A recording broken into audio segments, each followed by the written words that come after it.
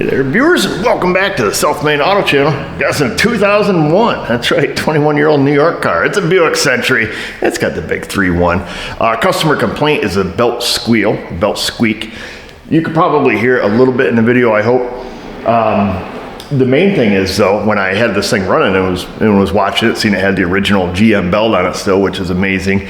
The other thing I was noticing, that harmonic balancer was wobbling all over, so must be the rubber starting to separate in it, and the pulley's cocked off a little bit because you can really see it jerking around down there. So we're gonna put a new balancer on it, new belt, and get the guy going again.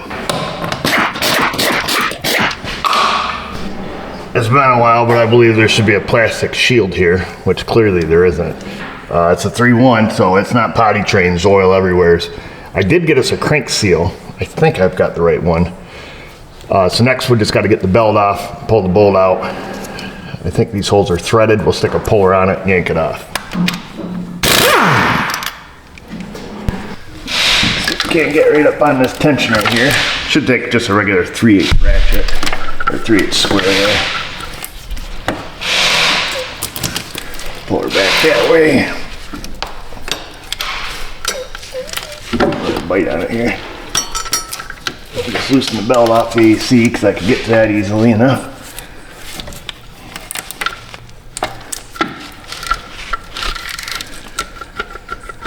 Take our socket right off that. Kind of surprised to see the OEM belt on this thing, or at least an OEM GM belt, whether it's the original or not. Can't say for sure, but now it's kind of stuck up there now.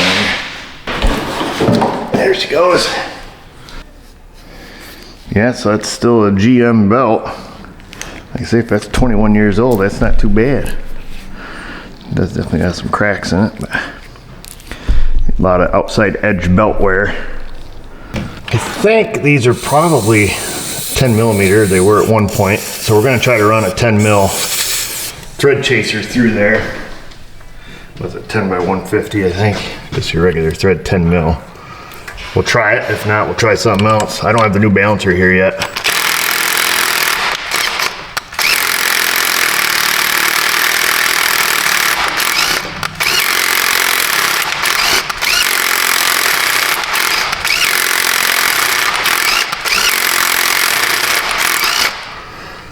That very well could be. I'm going to get a new battery for the impact. I'm using this impact because it's super weak.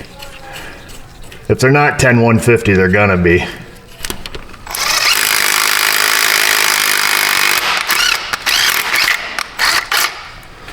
All right. I think they must be. I think they're just full of rust.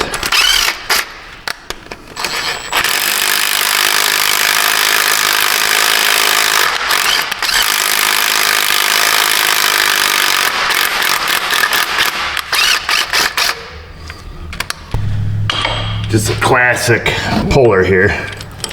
Let's see if we can't, they're all lined up. These are about as easy as a balancer you ever pull. You can see everything, get to it all. These are just some 10 by 150 bolts. Set them up like that. They don't even really have to go in that far. You gotta be careful. Sometimes you get carried away, you know, tightening these down and not really paying attention. You drive them straight through and hit the, you know, timing cover, the oil pan or something like that. Like I said, it usually doesn't take a whole lot of force.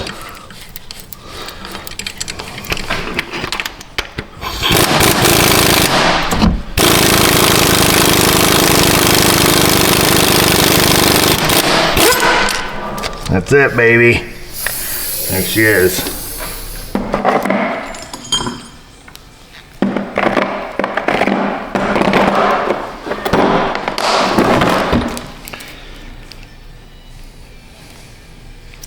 Yeah, so I guess we can see where it's coming apart. So right here, the rubber in the outer ring is flush. I don't know if you guys can see that. And over here, it's sticking up, I don't know, maybe a 32nd of an inch. But it's just starting to get some separation from here to about here. And then when I spin it over, you can see how it's flush here. So eventually what these will do is the whole outer ring will separate and then fall off, and then your belt falls off. So anyhow, so I do have a new seal coming.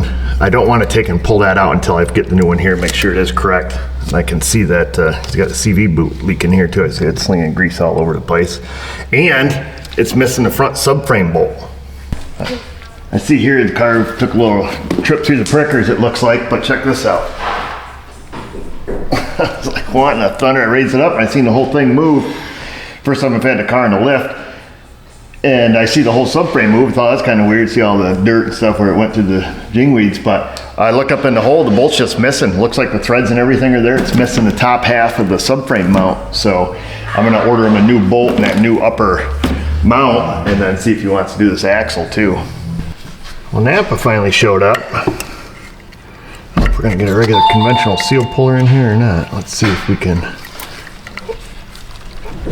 get a hold of this sucker here.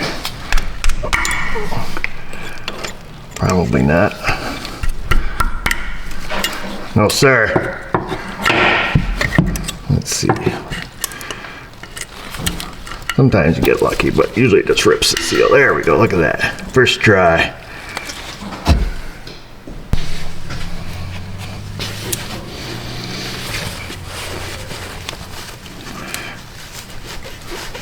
I'm gonna put a little hanky around here, do a little bit of cleaning before we get too far.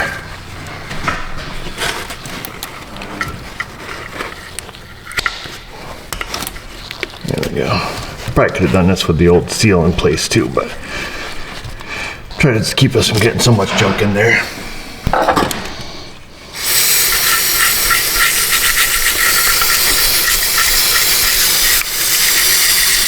There's your crankshaft sensor right there. I just want to clean off the area around it. That way there when we're done we can tell if we've made a mistake and it's leaking.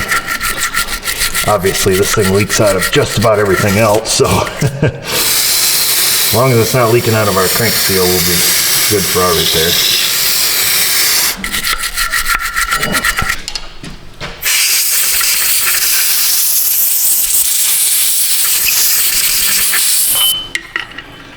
See if we can't get our seal started here a little bit. I've got a socket that fits, or a cup rather, that fits just about perfect on it.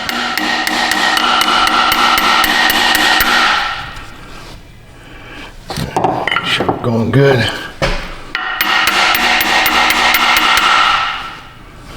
Going pretty even up in that top corner.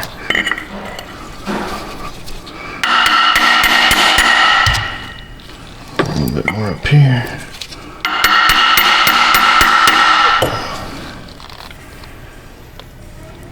Gotta get this top corner just a whisker.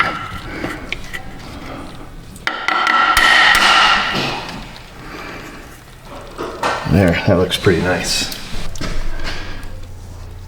So I smear a little lube inside this seal. I lubed the balancer here before we put it on. I'm just putting a little bit of lube inside the seal here too. We've got our new balancer here. Get that lined up on the keyway. Wiggle it as far as we can. Got an installer here, so I'll get that in the crank. Alright, 1 5/16", I guess.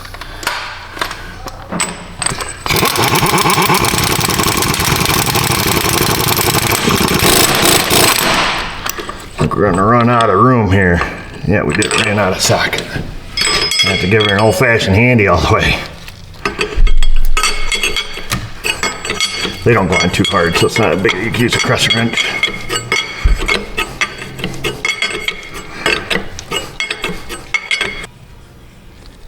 I'm going to use a little Toyota FIPG, some form in place gasket. Keeps the oil from migrating out the end of the crank here. There are a lot of guys that put it on and then press the pulley on. I do it behind the washer and then on the end of the crank here. I've never had an issue. You've probably seen it on the original one there.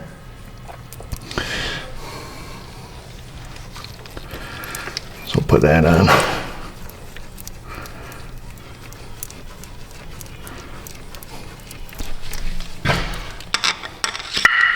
Let's see if we can't do this with the camera in the way.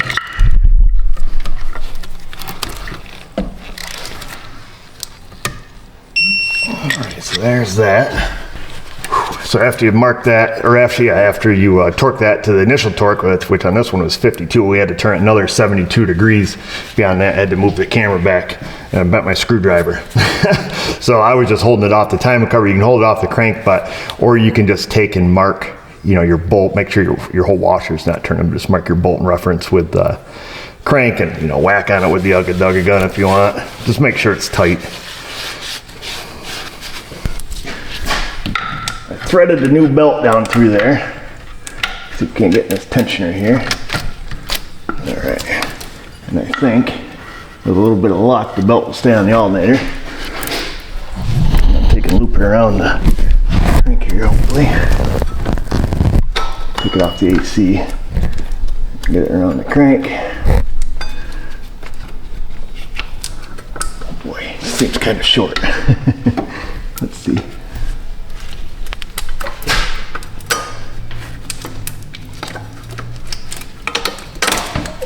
Around the AC, but we need to come around the water. I'm sorry guys, we might have to move you. It's a little difficult. I think you get the gist of it anyways, but the belt's all snaked through there. These are actually pretty easy to put a belt on if you're not trying to hug a camera. And then the big moment of truth. See if it's nice and quiet now. Should be.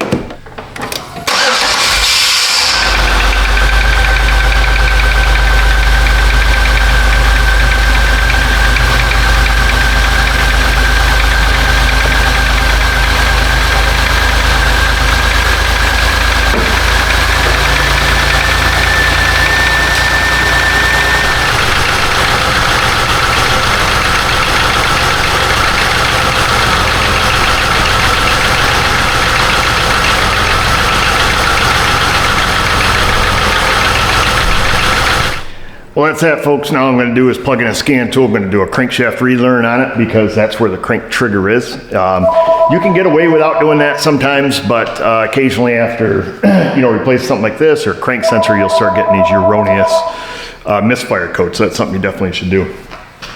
And I think that's it. I mean, obviously this engine has a bunch of other oil leaks and CV axle and stuff. And the subframe, we definitely got to get that bolted back in. Whether or not he fixes anything else, well, that's not up to me. But it is up to me to let you know, to go into that comment section, the questions, the comments, the Insta, the Facebook. You guys know what to do. Just remember, viewers, if I can do it, you can do it. Thanks for watching.